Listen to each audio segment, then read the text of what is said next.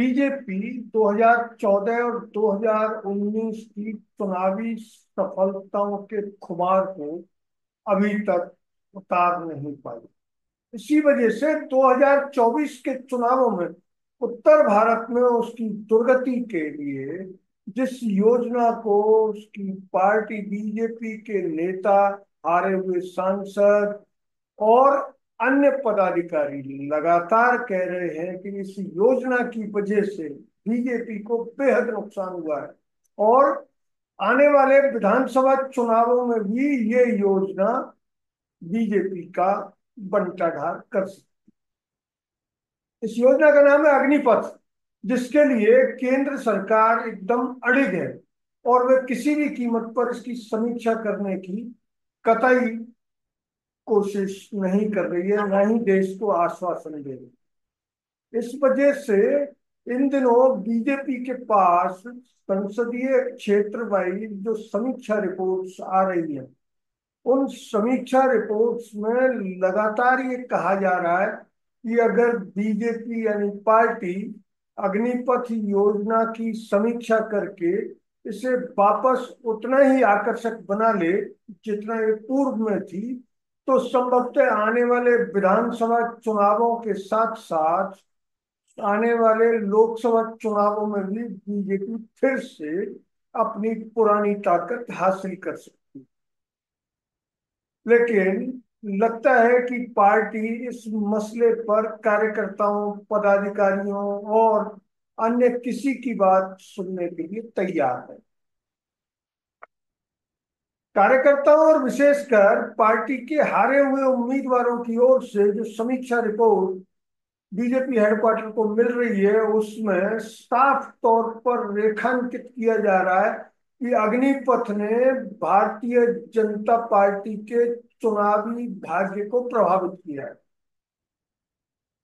यहां तक कि उत्तर प्रदेश के नतीजों की समीक्षा करने लखनऊ पहुंचे पार्टी के संगठन महासचिव बीएल संतोष के सामने भी पार्टी पदाधिकारियों ने साफ तौर पर कहा कि अगर अग्निपथ योजना को वापस नहीं लिया गया या इसको पहले जैसी स्थिति में नहीं लाया गया तो पार्टी चुनावी सफलताओं की बात भूल जाए। ज्यादातर का कहना यह था कि वे अग्निपथ योजना का बचाव तक नहीं कर पा रहे, उसी तरह बचाव नहीं कर पा रहे जैसे कि संविधान बदलने का नैरेटिव, उसका भी बीजेपी कार्यकर्ता और नेता बचाव नहीं कर पाए।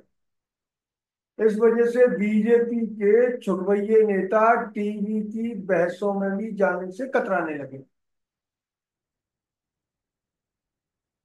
ये अकेले उत्तर प्रदेश की बात नहीं है, राजस्थान के भाजपा नेताओं ने भी इसके लिए पार्टी आलाकमान को शिकायत की और जाट बाहुल्य उन सीटों पर, उन 4 सीटों पर हार के लिए अग्निपथ योजना को जिम्मेदार ठहराया है जहां पे सबसे ज्यादा युवा भारत की सेना में भर्ती।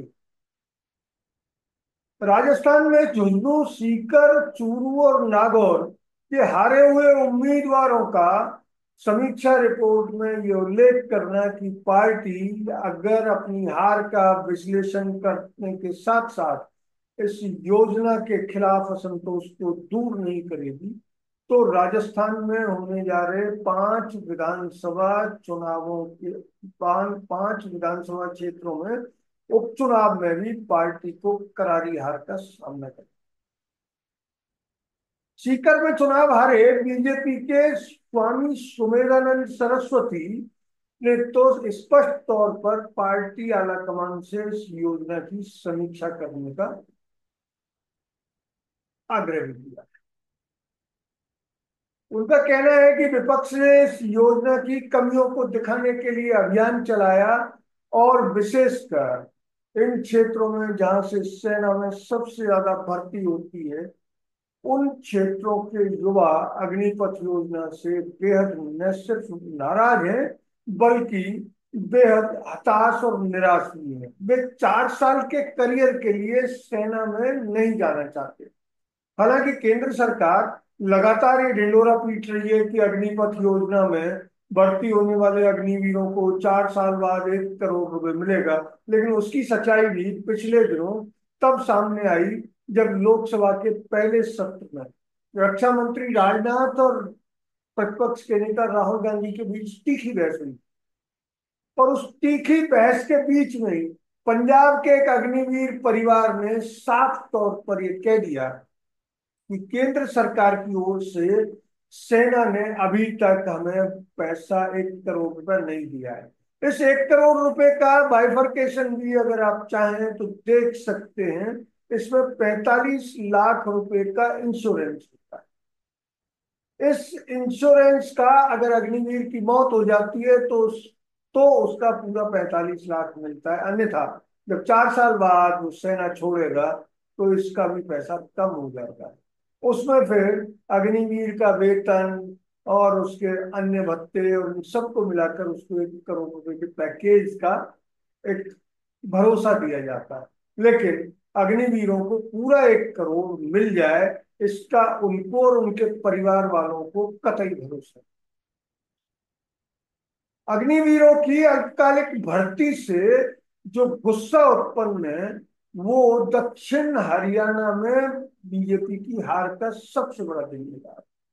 रेवाड़ी, महेंद्रगढ़, रोहतक, भिवानी, सोनीपत जैसे शहरों में युवा बीजेपी के खिलाफ हो गए और वे आने वाले विधानसभा उपचुनाव में भी बीजेपी के खिलाफ वोटिंग की तैयारी कर रहे हैं। अहीरवार जो हरियाणा का एक अहीरों वाला इलाका है, वहाँ 50,000 से अधिक युवा ऐसी भर्तियों की तैयारी करते रहते हैं। लेकिन बीजेपी आला कमान इस मामले पर कतई किसी की सुनने को तैयार नहीं। जबकि उसके दो सहयोगी बिहार में एनडीए का जो सहयोगी है जेडीयू, नीतीश कुमार का जनता दल यू, और एलजेपी चिराग पासवान की एलजेपी, वो भी प्रधानमंत्री नरेंद्र मोदी और केंद्र सरकार से आग्रह कर चुकी है कि इस योजना की समीक्षा।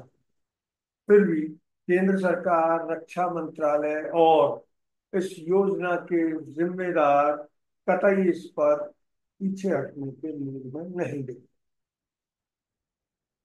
अगर ये वीडियो आपको अच्छा लगा तो इसे लाइक करें, शेयर करें और हाँ, हिंदी हेडलाइन चैनल को सब्सक्राइब जरूर करें। धन्यवाद। जय हिंद।